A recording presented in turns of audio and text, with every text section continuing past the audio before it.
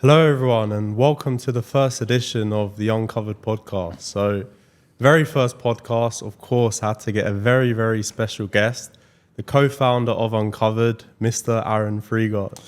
That's me. I think this is the first time people have actually seen my face. Yeah, since we hard began. launch. Hard launch, basically. Yeah, I've been behind the scenes, you could say, running everything, or the back end for coming up to 4 years now. Yeah, I think we started around 4 and a bit years ago, around then. So it's been a journey. I mean, you've kind of been the face for now, but we decided it's probably time people see the other side to that, as we obviously cover different bases in our own right. So that's something we'll go into today in terms of how we actually work together. Sick.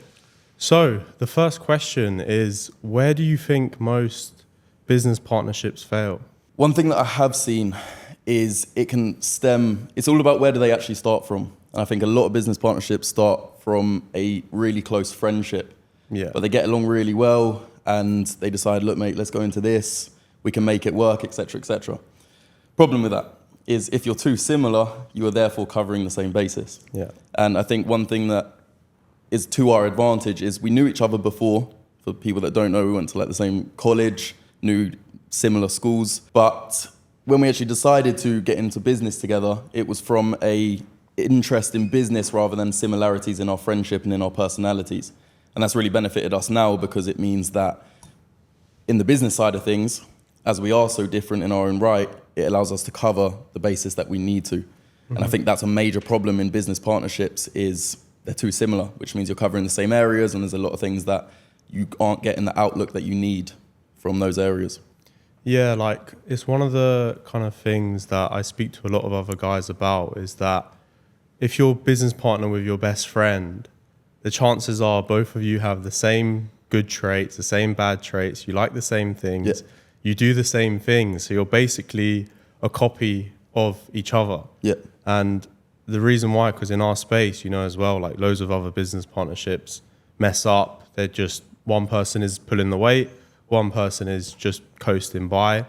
And I think it really does stem from, like you said, we weren't kind of close. We just knew each other, but we weren't close friends. Yeah. We both had different upbringings, different pasts, different childhoods. And then when you bring that together, it's great because you focus on the things that you're good at. I focus on the things that I'm good at. Yeah. And when we come together, it makes way more sense than us both kind of doing the same thing. I don't think I never actually asked you this, but can you remember a time that, for example, as we say, we knew each other, but where you could see yourself actually getting into business with me or seeing a future? Because I've got a story, but I can go into that after. Yeah, I think it kind of stems back from the trading days, because obviously before OFM I was more into trading, which didn't end up good, unfortunately. But living you learn. I always, when I was 15, 16, I always wanted to bring other people with me. I thought if I knew something, I could bring my friends, help them. And I tried that with 5, 6 other people. All of them didn't pull through. All of them maybe stuck at it for a month, 2 months, 3 months, and then gave up, went back to working a normal job. But Aaron was always different because he'd stick at it for long. Probably the best thing about him is his attention to detail and kind of perfectionism, which obviously goes both ways as well in certain things. But he stuck at it for the longest. And when it came to the transition into OFM, when I was looking to take on and really scale up, I actually started with giving all of my other friends models. I was outreaching, signing creators and just actually handing them to my friends because I was I had too many myself and didn't realize obviously that was just dumb. But Aaron obviously came in and he was from the start different in terms of how he looked at things and how he approached things, and a lot of the day-to-day tasks, a lot of the long-term tasks as well within the business. It made loads of sense actually partnering up with him and him taking over a lot of those things so we could both focus on what's really going to push the agency forward. Yeah, I think you touched on that nicely. One of our major differences that helps us so much is my attention to detail, perfectionism, which, as you very well say, I think before I've able to adapt and learn from it a lot. But before, I could tunnel vision too much into the too finer details, which wouldn't help me. Whereas you are much more on the macro scale, the bigger picture. And that's where we work very nicely, is you can get the overall direction right. You can understand the bigger picture and know the direction we need to be going in. Then you can pass it over to me and make sure that the finer details are being looked into, the team members are working in the right areas, and also keeping me in check, making sure that if I am working on something specific, you've got it covered with the overall direction. And that is exactly why our partnership is working so well, why we've got to the stage we're at now. Because if we were too focused on minor details, both of us, bigger picture's lost. If we're both bigger picture, we don't see the minor details that need to be looked into. So in that sense, our dynamic is very good. Yeah. I mean, where do you feel like, is that the dynamic you feel most business partnerships should have? So one is more like visionary, one is more back end, or what do you feel like Definitely. the best dynamic is? I think that's where the label CEO and COO comes in. That's normally the partnership. Yeah. CEO is the direction. It's making sure the bigger picture is there. COO is operations. It's the back end, and that's exactly where I situate.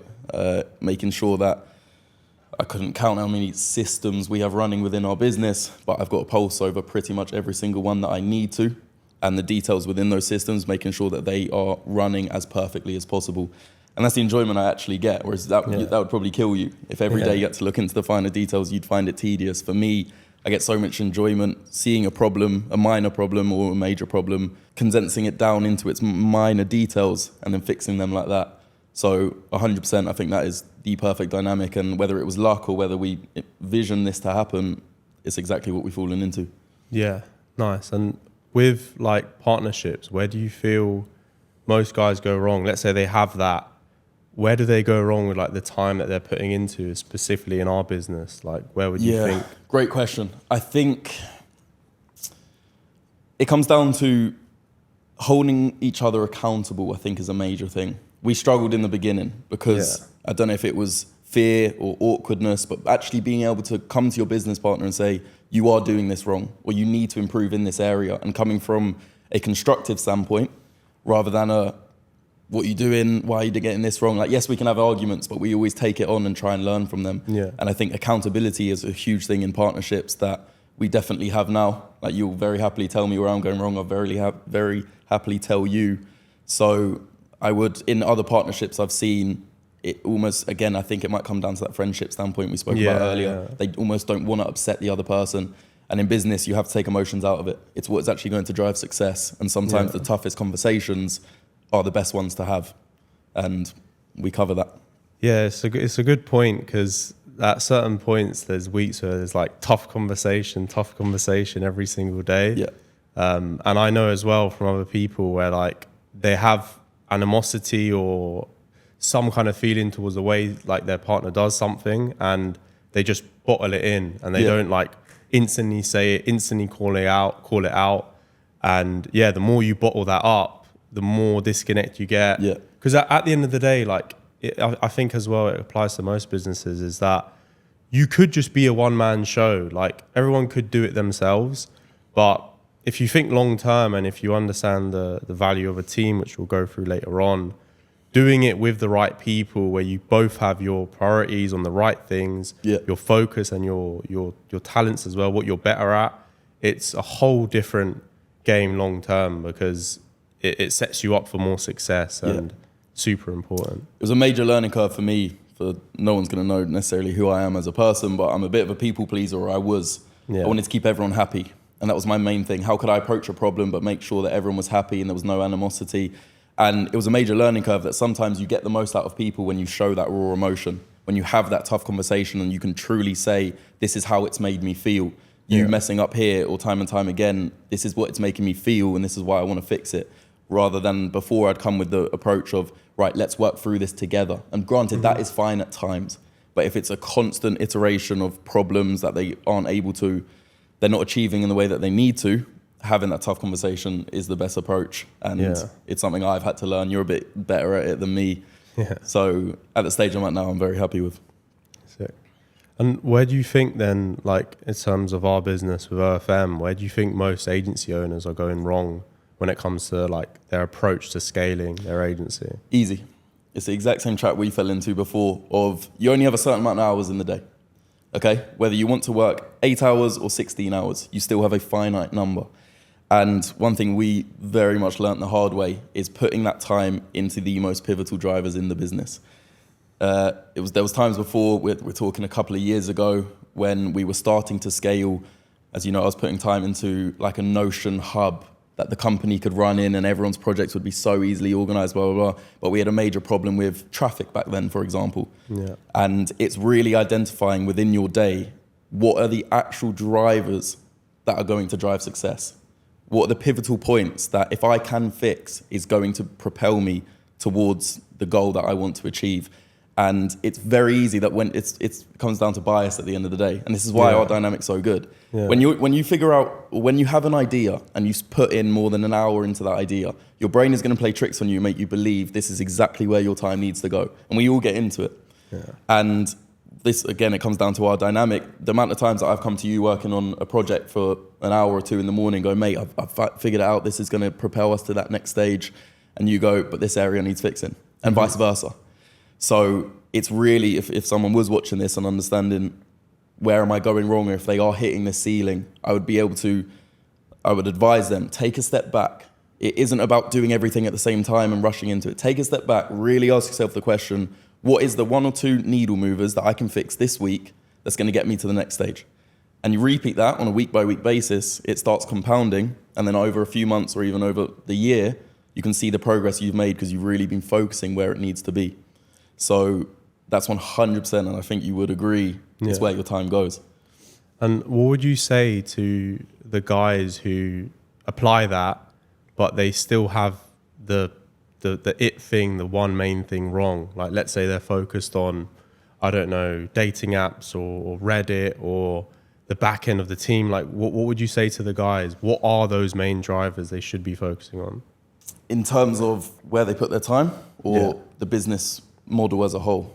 The business model as a whole, because then the time will follow. Yeah, well, it's sort of broken down into 2 pillars. It is providing traffic for your clients and then driving revenue within those accounts.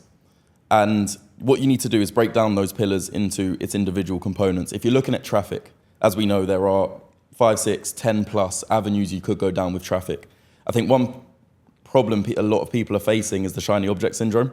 They might have Reddit to a decent level, they might be getting a little bit of traffic, but then they see someone generating 200 paid subs on Instagram, and they rush over to Instagram and they forget about Reddit. But then someone black hat on dating apps has figured a new method. Oh shit, I need to hop on that. And it's split focus at the end of the day. They don't ever take one avenue that they know that they can perfect to a very high level. Once it's fully solidified, they have the team in place that is running, then you're able to move on. And it's something that we had to learn. We tried to do everything at once. Now we've got our avenues to the stages that we start with Instagram Reels, making sure that we truly understood what it meant to build a brand, which we'll go into in a bit. And then we were able to pick up the Reddit side, the TikTok side, the Twitter side, but only ever once we got that one avenue to the level that we were happy with. Yeah. And that's 100% where I see people going wrong right now. Would you agree in that sense? You can't do everything at once. Yeah, I'd say that. And then I was going to add to it is that one thing I think a lot of people get wrong is that they think they have maxed out a platform when they're just scratching the surface. True. So like to add on Instagram, I mean, out of all those platforms, which one would you say is the main to focus on? Instagram Reels. Yeah. So it's got the highest ceiling. Exactly. So with Instagram, a lot of people that do Instagram, they might get 100 free subs a day or 200-300 free subs a day. And like Instagram is hard now. Instagram is difficult. So what would you say, obviously, because you know how much we've built out the Instagram team, the department, etc. How much actually goes into consistent 200, 300 paid sub days on Instagram versus how much we thought we knew back 2 years ago? I'll tell you, I'll cover the back end and then I'll let you take over the front end of the direction and the ideas. The back end it was extremely complicated. It still is, but I feel like everything is very level now. We know where people stand. It comes down to, we obviously, within our marketing team, give each creator a designated marketer with their designated marketing team. Within the marketing team, it comes down to having your designated editors, your designated posters. And I think the editors and the marketing is such a huge point that people struggle with because every creator is different. And it's not to say that there are only a few creators that can perform. Genuinely, any creator can perform on Instagram Reels, but it's understanding what is your true brand, and I'll let you cover that in a second. Because once you identify that, and the team that I therefore assign to this creator, they need to learn who you are. They need to learn what are you trying to portray, who you are as a character, what is your brand. So in terms of the back end, once the content gets made, gets handed over to the editing team, who over time learn who you are, learn what edits you perform with. Once it's handed over to the editing team, it then obviously is passed back over to the posters.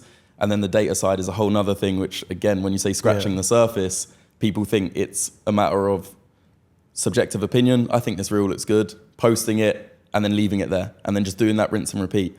We've taken it much further through many learning curves, and now we look at the actual data, the numbers, the VTFR, for example, which people might not even have ever heard of before, view to follower ratio, which allows us to know if our content is performing relative to the account size. And I could go on about data all day in terms of how deep you can actually go with that. Yeah. And it touches on your point, people will scratch the surface and not even realize that part exists. So the back end is huge, but then passing it over, before the back end is the front end. Before you feed the machine, how are you actually getting that material in the beginning to then pass it over to me into the machine? Yeah, so I mean, the front end of marketing, I mean, the beauty is in most industries, you can see what all of your competitors are doing. So it's all out there, but it really then boils down to the lens that you view it, because we've looked at certain accounts a year ago, however long ago, and like, oh, they're doing this, and thought like we knew what they were doing. But when you look back at it now, you look at it with a whole different lens. And the kind of realization you have to come to is that obviously you're the bottleneck. If you can't see the intangibles, if you can't see the things that you can apply to your clients, to their pages, to their brand, then it comes down to you. Because at the end of the day, you decide what gets filmed, you decide with the creator, obviously the direction of her brand, and you are responsible for how it performs as an agency. And the biggest thing that people get wrong is just not really looking deeper and just looking at things surface level and just doing it for the sake of it. So like, we're doing Instagram, it's not really performing.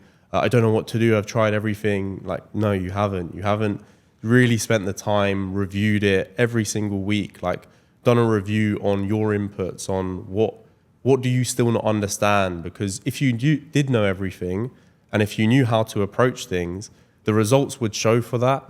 And that's the biggest disconnect. If you're like happy with your inputs, but you're not happy with your results, then you have to have a hard look at yourself.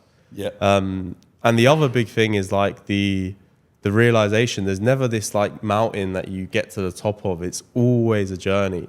Let's say you're averaging, like some of our pages, 200 paid sub days. Okay, then how do we push to 300? Okay, how do we push to 400? Because you know the back end of the chatting, how much you maximize an extra 100 paid subs a day is around like 80 to 100,000 extra a month in the account. Yeah. It's just about how do we maintain that and push to the next level. And it's not always like just do more or just do this or just do that. And that's where the time and the focus on really mastering marketing, really mastering Instagram. I mean, we structured things different to a lot of other people. We understood the importance of it. Obviously hired Finlay as director of marketing, and he has his full attention on marketing. And with that, one question I wanted to ask on that is, like, I know a lot of guys who do marketing, but they also do the posting, they also do the editing, they also do every part of that process. Why would we hire editors? Why would we hire posters? And why wouldn't our marketer, you could say, do everything himself? Great question. It's a very easy one to answer.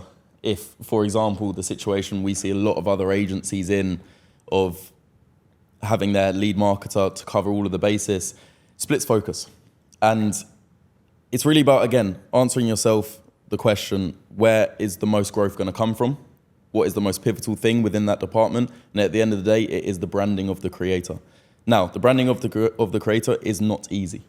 And if he is splitting any part of his day into editing himself or posting himself or managing the team in any areas that he doesn't need to, it's therefore taking his time away from the brand of the creators that he works with, which is going to make the virality that we're able to achieve so much harder to achieve. And again, it's a very simple answer of getting the most important people in your company to not split their focus and truly be on a week by week basis, able to look into the biggest drivers that is going to cause success is the most important thing that you can do. And where Finlay is situated, I mean, he works tirelessly at times because he is so passionate and focused on what it means to build a brand. How can I make sure that the creators I work with have a social media presence? Because I think it's time we can go into what we mean by brand. If you don't build a brand, you are in the rat race amongst the thousands of creators on social media. If you can't differentiate yourself between the thousands of creators, you won't ever be able to perform. And it's something that we have learned over time, how we can actually drive success in our creators. And it comes down to the branding, which I'll pass over to you. What is a brand? Yeah, I mean, a brand is kind of two parts. One is what you're known for, like what's the thing that sets you apart.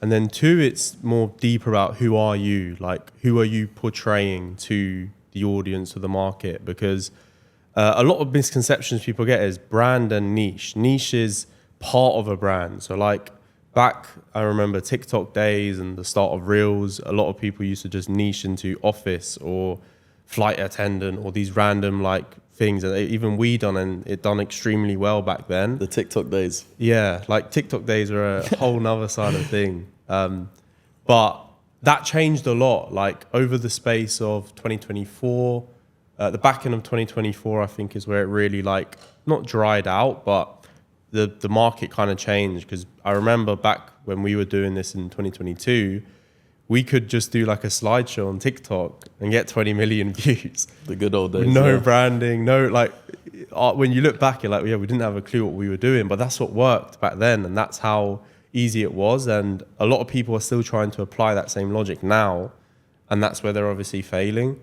But when it comes to the brand, it depends a lot. It's a very case by case basis. So like each creator is going to be different to another creator. And the easiest way to kind of come up with it is really just talk, like within your onboarding, when you onboard a client, like figure out, okay, what are the things that we can go down? What are the assets? What are the traits? What are the hobbies, etc., that they have available to them logistically as well, where obviously they can film, and really spend the time on curating that intentionally, because the way we approach literally every single reel is with intention.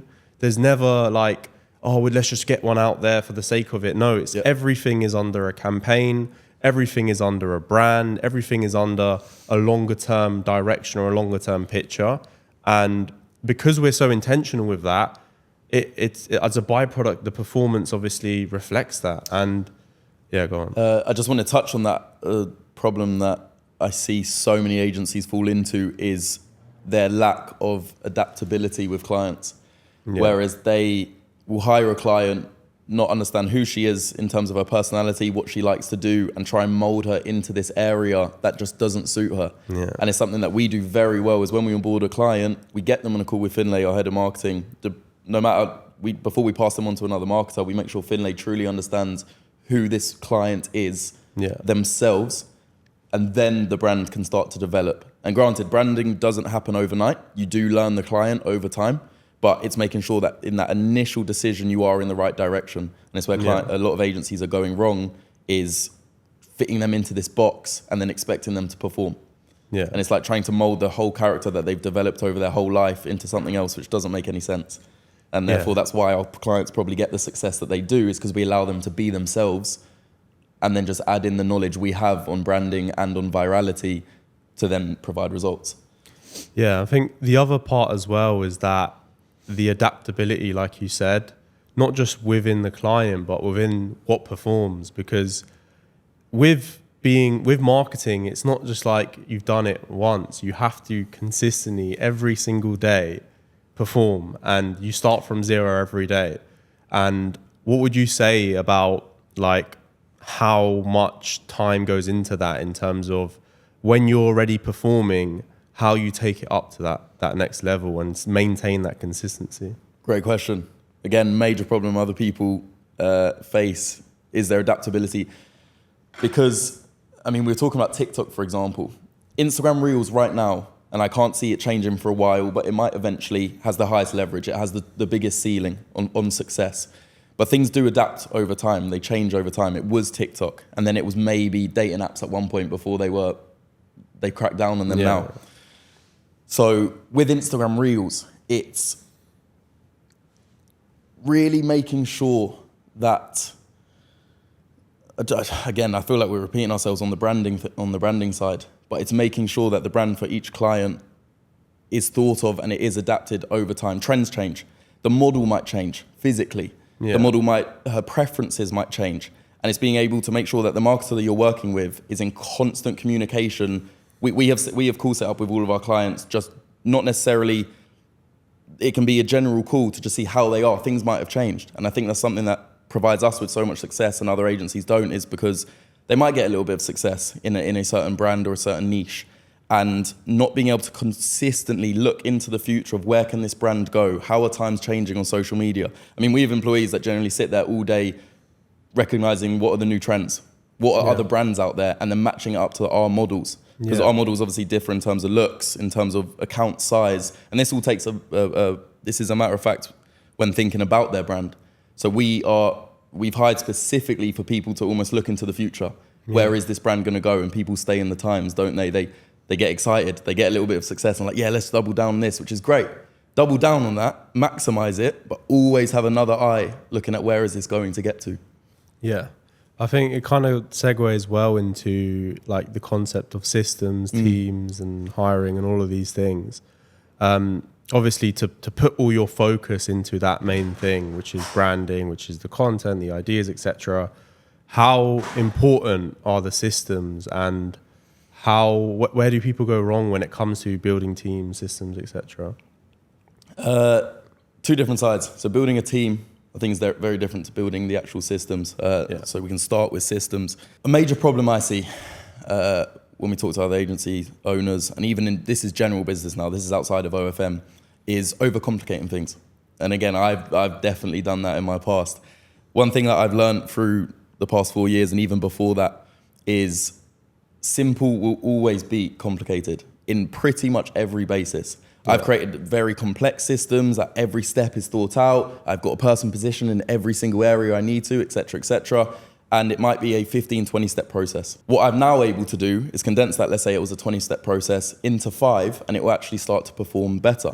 And it's understanding what are the benchmarks of your system that are needed, that are generally pivotal to get to the next stage, and then cut out the rest of the noise. Forget about everything else that goes into that system.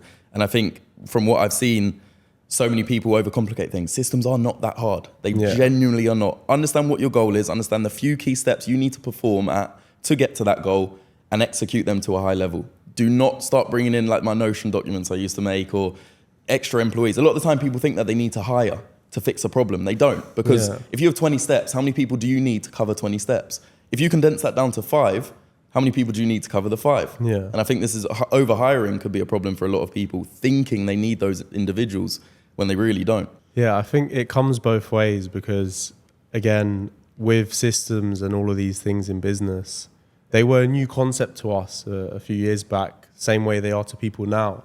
And when we look back at how we first approached it with Miro boards, with fancy little diagrams, and we look at now compared to then, it's really funny because the concept of it is, it sounds great. It's almost like an ego boost. When you build this lovely Miro board that has all of your processes in, and then you look at it for a few days and then no one ever looks at it again.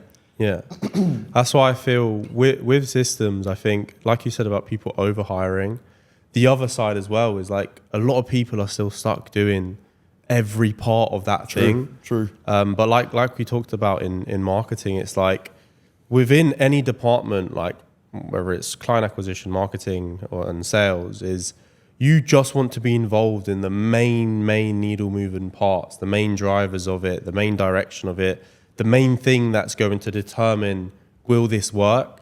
And then all of the other touch points are handled by someone.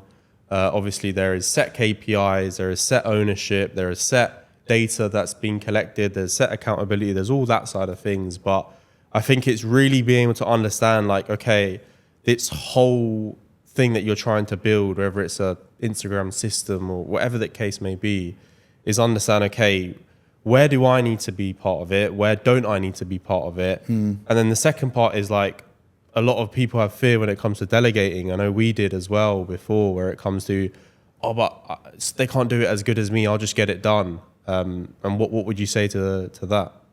This actually ties into the other part, as we said. There's systems and then there's team hiring. I think delegation is a real fear for people because it might stem from who they actually have in their team. We've got to the stage now that we have a very rigorous hiring process that we know once we actually do onboard an individual and bring them into our team, that they can perform to a high level, and it takes that fear away. Because we were dealing a few years ago with, let's say, not the highest quality of individuals, when we did delegate, we thought that if we didn't cover every single minor detail and delegate it in the correct way and follow this process, it wouldn't get done to the level that we need. And what we're able to do now is, yes, you need to explain yourself very clearly and what's needed, but we have the people in place to actually perform to a high level. So I think there's two sides. One of them is, yes, you can delegate in the correct way. Be very clear with what you say. Have a SOP to go with it. Create a Loom video if you need to explain yourself. That's fine, and I think that's the easy area. The other side to it is, are you actually bringing people into your team that are able to perform within the area that you need? And I suppose I'll pass this over to you. How have we got to that stage that we can actually say with confidence the people we have in the major positions in our business and in our company can perform to a very high level? What was the decisions we had to make that were allowed us to get to this stage? It comes to a lot of things. I think, especially hiring, the biggest mistake people make is just they need a chatter, or they need an assistant, or they need an editor. They put a post out. The first people that apply, okay, what's your experience? Oh, 2 years. Okay, you're hired. They don't really spend the time on vetting, qualifying, testing, and having software that obviously helps with this. And we made that switch a while back. And from that, like to hire one position, like a chatter, we go through like 1,000 applicants. Of course, we're not the one sitting through each applicant. We have someone dedicated that has ownership over that. But that put into perspective, like we look back, like the chatters that we used to deal with 2-3 years back, I don't know, 4 years back now, it was just like, oh, I need to hire a chatter. Oh, you're a chatter. Oh, let's work together. There was no filtering, nothing. And yes, that takes way more time. Like it might take you 1 week to fill a role, but after you fix that core thing that's the bottleneck, then you focus on the speed. So then we sped it up more. We have multiple different platforms to hire from. We have referrals, we have outbound, we have putting posts on job sites, and it allows us to have more quantity to then filter those gems. Because I'd argue personally, like hiring talent is one of the most pivotal things, like biggest drivers of the potential and success of the company. Yeah. And I think one thing I would say is like with hiring, especially like people that have more important positions in the company, you really, like, it always comes down to how you are as a leader and how you lead. What are the targets that you have? What is the vision for the company? What's the mission? What are you really trying to build? Because it's, again, it's easy to just, like our team, like we prioritize our team really over everything. And the reason why we're so obsessed with them, we want them to hit every goal, every target they set, is because we're not here to like just do it half-assed or do it like how a lot of other agencies approach this, not like a real business. We have a whole mission and we have a whole long-term vision that includes everyone's in the team's own vision, vision in terms of their life, their own goals, their own targets. And I think with hiring, like you said, the question about like getting talented people, it comes down to you at the end of the day. Like if you can't attract the right people, if you don't know where they are, how to find them, how to give them a good offer, why they should work with you. Like we've poached so many talented people from other fields that are ex-chief of staffs to CEOs, ex-managers of 200-300 people. And we know, like, the minute you get the right person, we know it's like, you recognize it immediately. Because you don't have, like, when you say about delegating, you don't have to, okay, do it like this. Okay, this is this for this. And you don't, like, there's a level of competence and a level of understanding where you just can trust that person, obviously, once you have delegated the tasks and the things, you're like, okay, this person's, it frees up all your time. And some people never, like, before we done that, we didn't know that was possible. We didn't know what that was like. But once you've done that and you've done that once, repeating that becomes easier and easier. Whilst we're on hiring, a major discussion point is the timing of your hires. And again, I feel like all we're talking about right now is the mistakes we've made in the past and how it's got us to this stage. And I think this is really important. When's the turning point between understanding, okay, I need to hire someone to get to that next stage? And can you do it too early or can you do it too late? Yeah, I think you can do both, because definitely too late. Like, again, when you only know you need to hire someone when you realize it's a problem. And that's where most people fall into. The other side is too early, but if you're hiring too early, usually it's because you have the foresight of how this will then be in the next 3 months, 6 months, and you're preparing for that. So too early and too late, it's very difficult to always be right. I would say with hiring, the main thing really to make it more successful is within onboarding and within the process, how thorough, how in detail the onboarding process is.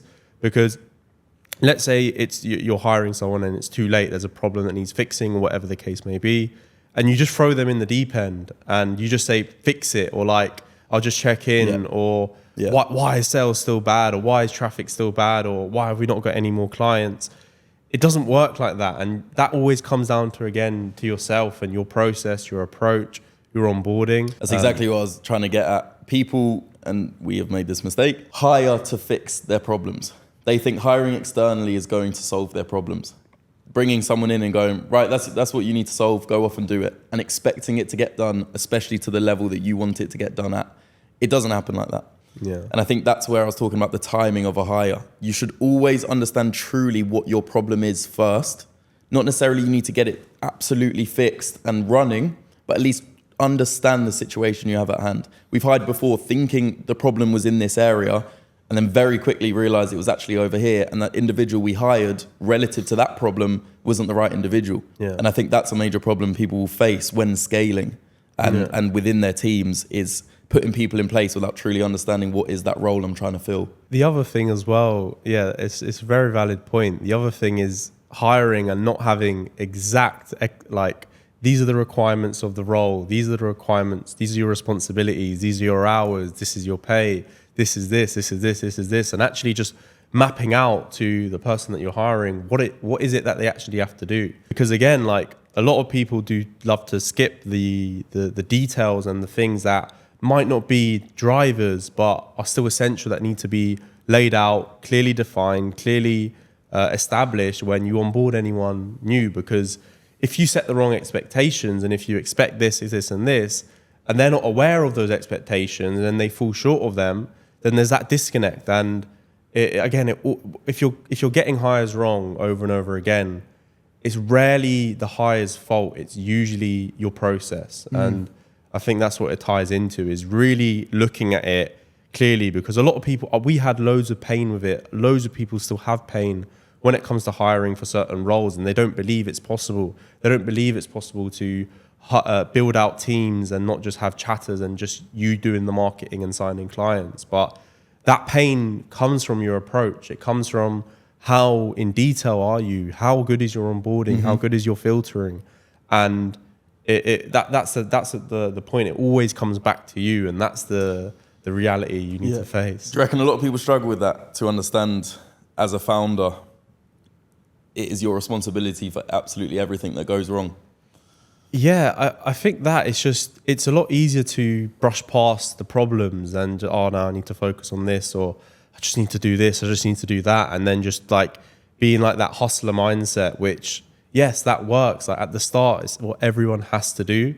But if you want to scale past 6 figures a month, if you want to get to multi 6 figures a month, it's not going to work the same way. You have to be more composed, have clearer thoughts, have clear processes for so many little things that it's hard to know when you just do everything yourself. You just do everything yourself. So it's understanding, like, how you need to level up as a person, how many areas you need to cover while still focusing on the main drivers, because people do that as well, but then it takes all their time away from the main things that actually matter to scale. And then you get into this limbo where back end is absolutely crumbling. You have to fix the chatters, you have to manage the chatters, you have to manage this, you have to pay everyone out, you have to organize all of this stuff. It's a car crash, it's a fire to put out, and you're wasting all your mental energy, all your focus, all your time, all of these things on things that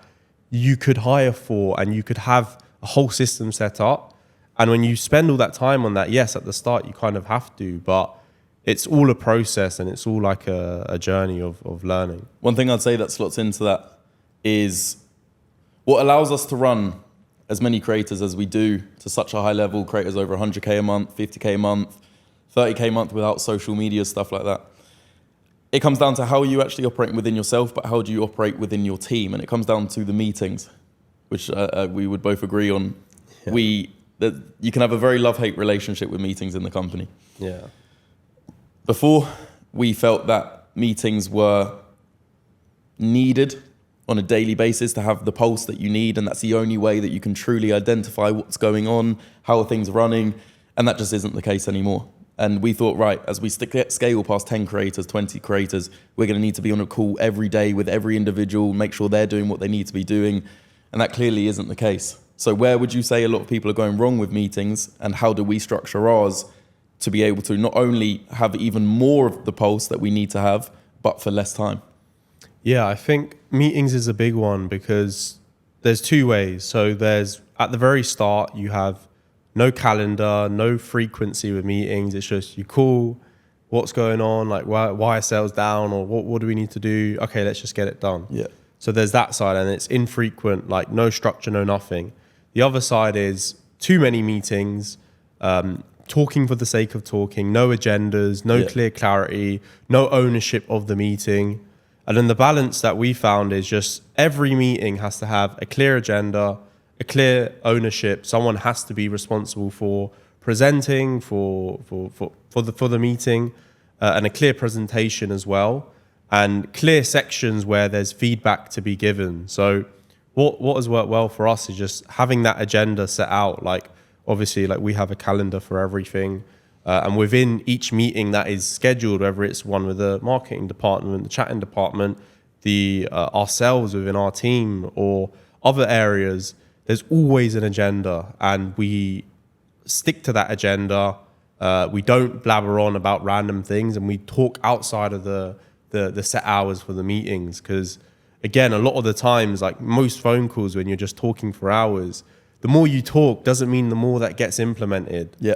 And it also on meetings as well, we've kind of taken a step back from just always leading and always, this is what needs to be done, this is what needs to be done, because we've slowly kind of got the team to a point where they're able to do that, and we're able to just coach and audit and hold them accountable and challenge their thinking, because that's the leverage you get with like talented team members, because you don't have to always be the one doing the doing. If you're coaching, challenging, keeping them accountable, checking back in, keeping them in the loop, it frees up so much of your time and that focus to go into what's going to actually drive success. One thing I want to add, which is when you say someone has to be responsible for presenting, is presenting what? And that is data at the end of the day. And whether you are a creator or an aspiring agency owner, you might already be established.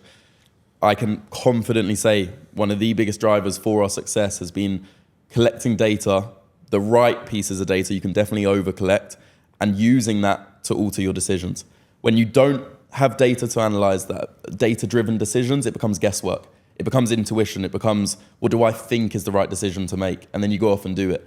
When you have data to show in all of the areas that you need, it basically, the decision gets made for you. Because we, for example, within our data sheets for each department, we have an overall one, it's color-coded. And it's color-coded to the KPI and to the goal that we want. So when we input our data, it will basically come up as red if it isn't where it needs to be. And then that's exactly where our focus is, because we know we're collecting the most important pieces of data. So any red that we see, it has a major effect on success. So again, this is why this isn't even a selling point. If you are a creator watching, You physically cannot make the content that you need, chat yourself, set up the scripts, and collect the data that's actually needed for your success all yourself. And if you're an agency owner, if you aren't collecting data in the right areas, your decisions that you're making on a weekly and a daily basis is guesswork at the end of the day. And we can definitely confidently say data is the reason week on week we are growing. Because we know, and even if we make the wrong decision, we have data to identify if it was the wrong decision or not. Otherwise, before you'd make a decision and have no way of knowing did that work or didn't that work, which is you're wasting so much time at the end of the day. Yeah, I mean, it's funny you say. I think it kind of ties into like the whole reason we're telling everyone this and sharing all this insight is because we talk to creators every single day. We have phone calls every single day, and every single call there is always something bad to say about another agency, about how they approach things. And to me, like at this point now, it's the industry, the way it is just there's so much people not treating this serious and not actually delivering a quality service. And all the things that we go into and all the things that we try to share insight and value on is so that agencies can actually provide a better service. It's so creators can actually partner with better agencies, whether it's us or whether it's other agencies, and actually hit their targets, hit their dreams, and hit the things that they've partnered with the agency in the first place to do. Because a lot of people still running this business, not treating it seriously and not doing the things that a business has to be done. And data is a great point because so many are still doing decisions just off intuition.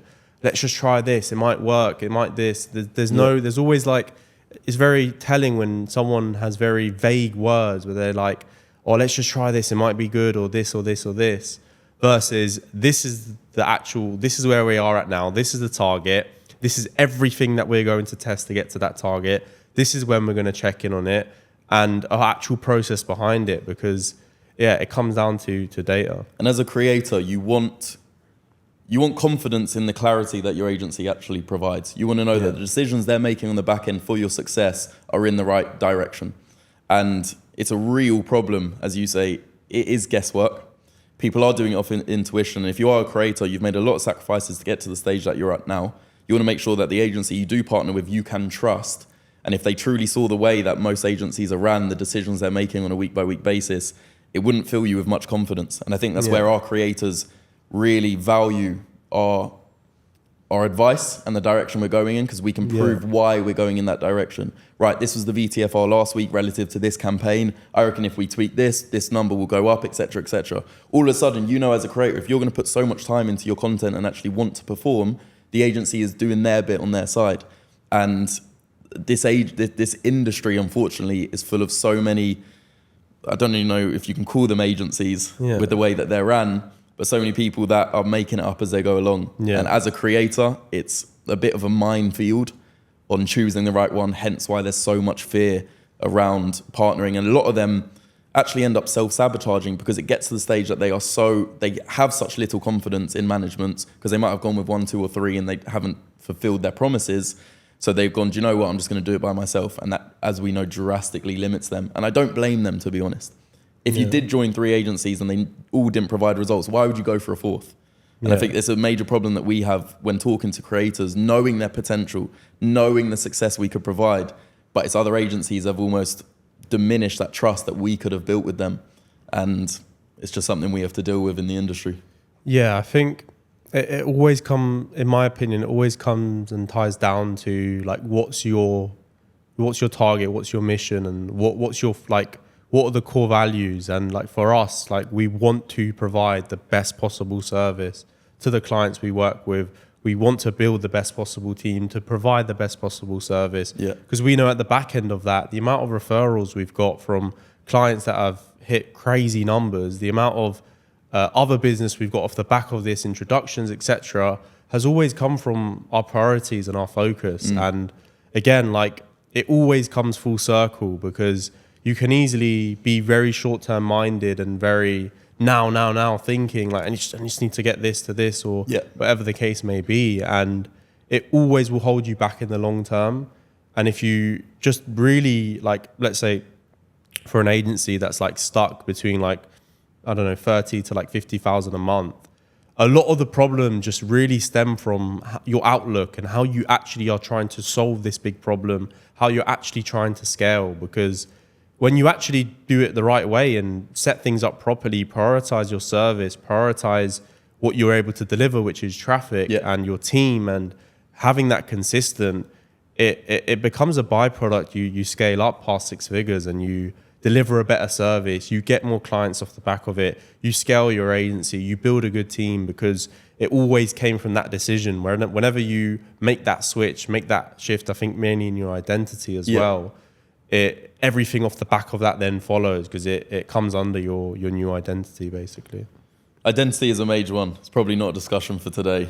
We could be here for a long time. But if I had to summarize it, it's when you wake up in the morning and you open your laptop, what is the identity you're under for the direction of the day? If you don't truly feel within your identity that you should be making 100K a month, or you should break past that 500K a month barrier, if you don't truly believe that that's within your identity and that's who you are not going to be able to, because you're going to be approaching your problems as a 50K a month agency owner. And that's where a lot of people are stuck in. It's almost like belief. It's almost like they want to get there, but every decision they make, they're a bit skeptical. They don't really know if that's the right choice. And it comes down to their identity. Do they truly believe and approach every single problem in the way that they should? No. And it's a major problem people have.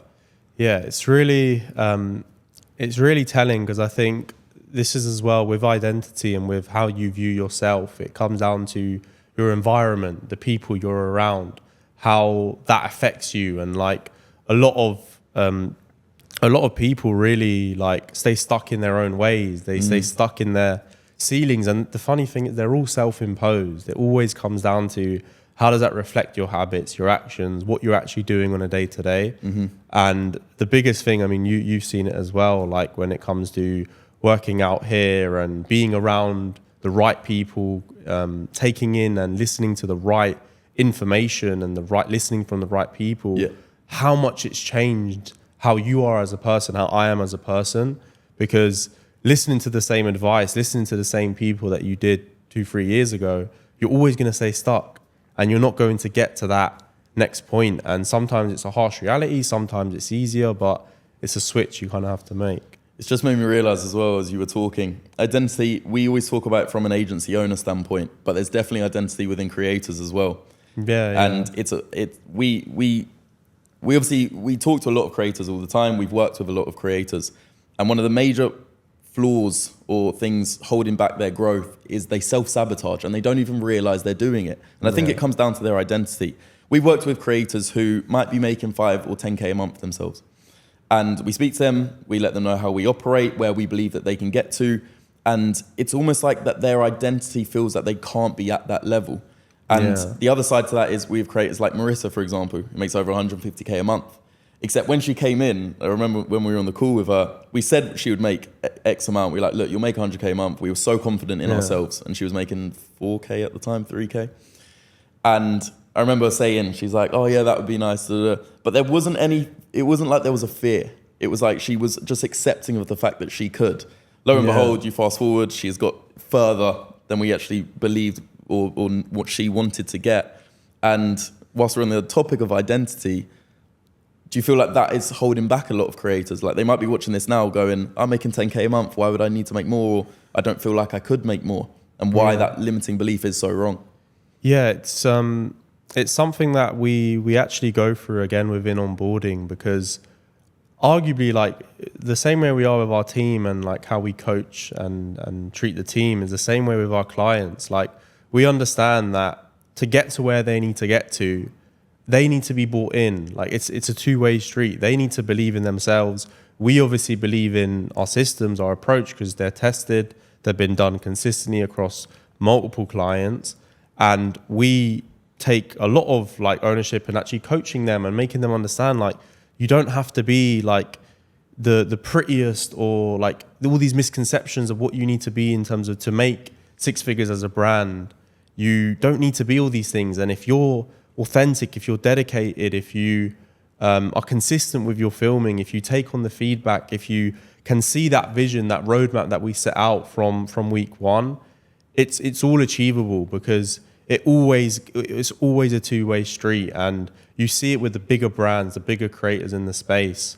it's always intentional, and it's always that partnership of a team that gets you, and you are also dedicated for that too. And once you have that partnership and the teams are able to help you, not just within your filming, within everything outside of that, like we help our creators outside of it with company setup, taxes, all of these other things that we just help make it as easy as possible for them.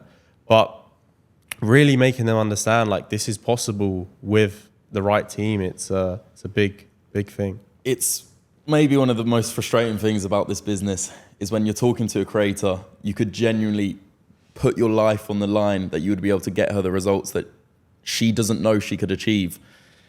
And the limiting beliefs and within our identity prevents her from doing that. I mean, I can't count how many times I've spoken to a creator who might not have even launched yet, or maybe launched and she's reaching a certain point that she's happy with and she's comfortable. And I wish I could just shake them and go, I'm telling, like what I'm saying is true. You need to understand this. And we can't quite get through to them. And it's so frustrating because, again, I think it comes down to the industry we're in. Trust is so low. And how are they ever able to break out of that with the horror stories you hear from other agencies? So I don't actually blame them. It's just something that is so frustrating to hear on a daily basis. Yeah, I think it goes both ways. I think also agencies as well, like people hit a certain income threshold. Maybe it's 10,000, 15, 20,000 personal income a month, and they just get comfortable and they think that's it. And for some that is the case. They might be at the ceiling in other fields, but in our field, like you're really scratching the surface, especially as a creator, especially as an agency. And it comes down to not getting comfortable at that point and seeing yourself higher and setting your targets higher and doing what it takes to actually get to that point. Because if you're happy with where you are right now, it's going to be difficult for you to get to that next point because you're content, you're comfortable, etc. But if you see yourself as a six-figure brand, if you see yourself as a six-figure agency, you're going to do the things it takes to get to that point. You're not going to be comfortable or happy with where you are right now, and you're going to make the changes, make the adjustments to get to that point. Yeah. I've realised we've focused a lot on the negative, so I just want to quickly flip it quickly. In terms of you, and I can go next, why are you in the position you're in? Why did you create an agency? What actually drives you to want to perform? Because we hold ourselves to a very high standard. We might be doing very well for ourselves right now, but it's never enough. We might sit in the win for maybe 10 minutes and it's like, right, what do we need to do next?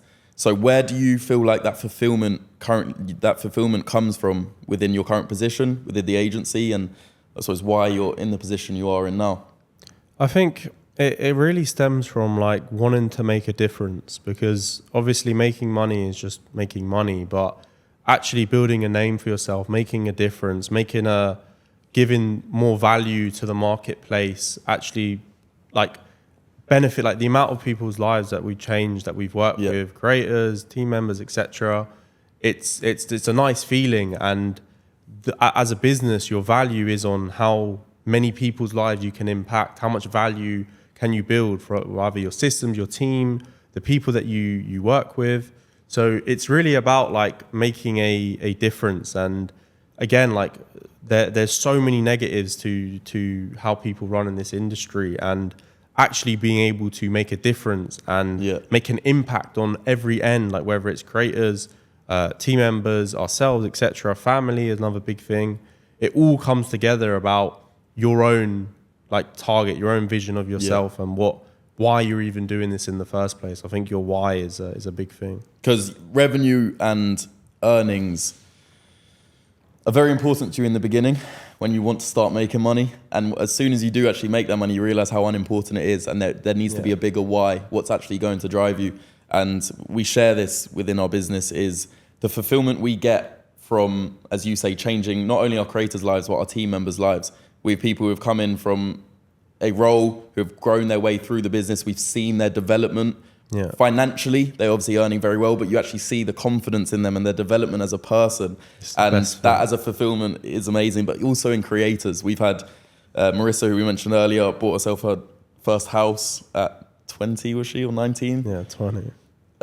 She bought herself her first house, her dream car. We've had another creator move into her first apartment. So that as a business, like, yes, it's very nice to hit your goals, but the fulfillment that we get from providing the service we know that we can, knowing how many agencies out there aren't able to do that, maybe it's a bit of pride, maybe it might be a bit of an ego thing, it doesn't matter, because that's what drives us to that next level. That's what gives us that happiness and why we'll probably be around for a long time, because it is addicting. Even if we get 5 creators to buy a house, the 6th will be just as special. And I think that's where we might differ. A lot of people's other drivers might be a little bit more selfish. It's how can I maximize the earnings out of this creator? And don't get me wrong, we're not a charity. We're not martyrs that we're doing this just for the goodwill. But at the end of the day, I think one of our biggest drivers that separates us is we actually care about who we work with, care about our team members, and they see that in us. It's why creators are so happy with us, because we do care. It's why team members want to perform, because they know that we care about them and we will look after them if they continue to perform. And it's just a nice touching point that I think if you are an agency owner looking out there, you need to ask yourself the question of, why would someone want to work with me? Do you actually care about the business model you're in? And if you don't, people will be able to see through that, and they might need to question whether they're in the right industry. Yeah, and it kind of ties into the creators that we work with, the agencies that we work with, the team members that we work with. Like, because we have this belief system, we only work with other agencies that are this serious as well and this serious about growing.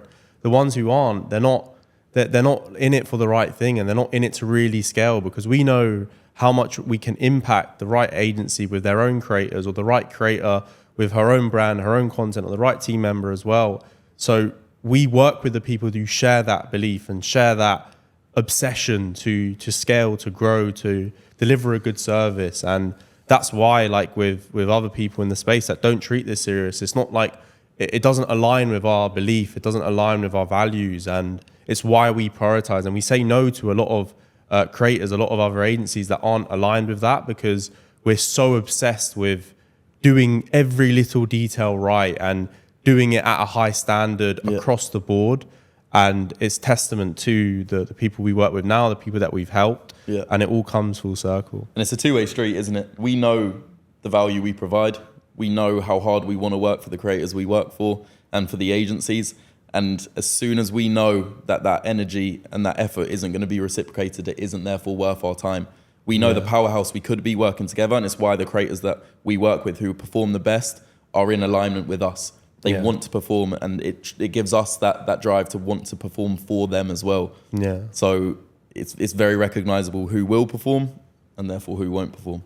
Yeah, I think it kind of segues into like the final points of the podcast. I think we'll do it two different ways. So what's the biggest like action point or piece of advice you could give to agency owners, and then after we'll do creators? What's the best piece of advice? What stage are they at? Is it just in general? So yeah, think of an agency that's maybe stuck between like $20,000 to $80,000 in terms of revenue a month. What's the biggest piece of advice you could give to them to get to that 6-figure level? I'm going to sort of repeat myself from earlier, but I'll try and say it in a different way. It's making sure and understanding where within your current business are the blockers that are preventing you from getting to the next level. And I will use the Notion document as another example. When we were at a revenue ceiling, I believed if I created this document on Notion, it was basically to make sure everyone in the company had their projects outlined, I could check them, etc., thinking that was going to get us to the next level. Granted, there is definitely a time that might be worth it. For example, now, with the way we outline our projects. But back then, I was unable to take a step back and ask myself the question, what is truly going to drive success within our company right now? We weren't providing traffic consistently as we do now. We didn't have the right team members in place than we do now. So it didn't matter how good this Notion document looked if I didn't have the right team members and I couldn't provide results. So it was changing my identity, changing the way my perspective on the business, and making sure every single day, if I could fix one thing that week, ask yourself that, what am I going to fix this week that I can confidently say and I know is going to provide results in the next week? And as I say, do that on a week-by-week basis and it will start to compound. So I think the trap, if we are talking to agencies making 20, even under 100K a month, it would really ask yourself the question of, am I putting my time into the right things? Or is it just excess noise? Am I being biased on my own time? Because it's very easy. If they don't have someone challenging them as well, I would probably look to whether it's a team member, make sure there is external viewing. Otherwise, you will fall into the trap of tunnel vision, biased on your own decisions, and you'll waste as much time as we did all them years back. Yeah. And then for a creator, what's the biggest piece of advice you could give for a creator that wants to take their brand to 6 figures? It is understanding help's needed. It is understanding that to actually get to the levels that our creators are at, 100K a month plus, I think is the benchmark we want to get to at with all our creators. To actually be able to get there, it is physically impossible. It's actually like, it's impossible to get to that stage without a team. There are too many external factors and internal factors that play a part in hitting that mark. It comes down to everything from once you film that reel and you've spent all the time making it look as good as possible, how do you edit that reel? It then needs to get uploaded. It then needs to be viewed to make sure that you're collecting the right data on that piece of content. Let's say you've got all of that covered. It then goes over to the chatting department. How do you make sure that the people in your accounts are looked after? It comes down to fan experience. It comes down to chatters 24-hour service. Some fans are going to be all over the world and only online at certain times. There is genuinely, I could probably keep going and count 15, 20 reasons or factors into what it actually takes to be an 100K a month creator. And for models out there that feel like they couldn't hit 100K, you can. There isn't a model out there or a client out there that can't. It comes down to what is their belief system and actually understanding that it might be an ego thing. Drop the ego and go, do you know what? I want to get to that stage. I know I can't do it alone. And therefore looking out, and whether it be us, it generally doesn't concern me. We have very high quality creators that come in quite consistently. Yeah. So whether you don't choose us, just make sure the agency you do choose are probably operating in the way that we are, because at the end of the day, they can perform. And it's about their belief system. Yeah, I think on the creators, it's really the mindset. Like, if you have the right mindset on this is where I want to be at, and you filter the teams, you vet the agency you work with. Yeah. So you're working with a team that's done it before, can clearly show you. You can clearly speak to their clients and say, oh, how has it been working with this agency? If you have that and the right mindset of like, oh, I want to get to this point, all the intricacies you don't really need to worry that much about if that team handles it. So whether you hire your own team, which is one side of it, or an agency does that for you, you just have to have the right mindset and the rest kind of follows. It isn't a really complicated thing. It's not a grueling thing. It's just really, if you focus on the right mindset, this is where you want to get to. You work with a team that will actually can get you to that because they've done it before. Yeah. It's actually really simple to scale up. My last piece of advice before we wrap up goes to creators. And look, if you are looking for a management, the one telltale sign, and I know there's a lot of fear and I almost want to help you make the right decision on who you work with, it is with the results that are shown, make sure there is social proof backed up. And there is, for example, we have interviews on our website that you can go ahead and watch with the creators we work with. That is social proof because that is not fakeable. Do not take a screenshot for gospel. It's a fake screen recording. Do not take a screen recording as gospel. It's 2025, nearly 2026. It's very easy to do that. Make sure their agencies you do look into have the social proof. You can head over to Marissa's Instagram, head over to Nikki's or Bluebear's Instagram. We've got 1 million followers, 300K followers, for example. So people claiming 100K months, make sure that where is that traffic coming from? Yeah. Make sure that it is. It's not an anon creator that you've never heard of or you've never seen their reels before. That's my one piece of advice. If you have watched this podcast, you are therefore looking for a management, whether it be us, look out for that. It's very easy to get faked out nowadays. So be careful. Amazing. I think that brings it to a nice ending. I mean, again, I hope if you're an agency watching, this was good value and there's a lot of actionable points you can apply to your agency to deliver a better service. And if you're a creator, again, a load of things that you can also apply to your brand and how you really set yourself apart. But apart from that, Aaron, it was lovely having this talk. We'll definitely do one again. I've enjoyed it, definitely. In terms of your Instagram, where can people find your IG or any of your socials? Yeah, so I've been a bit anon up until this point. As you know, I've been in the back end, but we'll definitely link my Instagram down below. I'm going to start posting a bit more consistently. My content will be more focused around the operational side. So how do you actually run a successful back end of a company? How do you handle over 100 employees and all the systems that go with it? So it will be linked below. It's freeguard_. Might change now. I'm actually going to start posting, so don't take that for gospel. So yeah, head on over there. I'll start posting consistently, and hopefully I can provide you with value to help you to perform, whether you are a creator or are an agency owner. Perfect. And if you're an agency watching and you want any more value or a lot of the stuff that we talked about in more detail, my Instagram will be linked below. It's LucaFXV. And if you're a creator, you can check out our agency page, our agency Instagram, which is Uncovered Management on everything. And yeah, apart from that, I hope you enjoyed this podcast. I hope it was valuable. And I'll catch you all in the next podcast.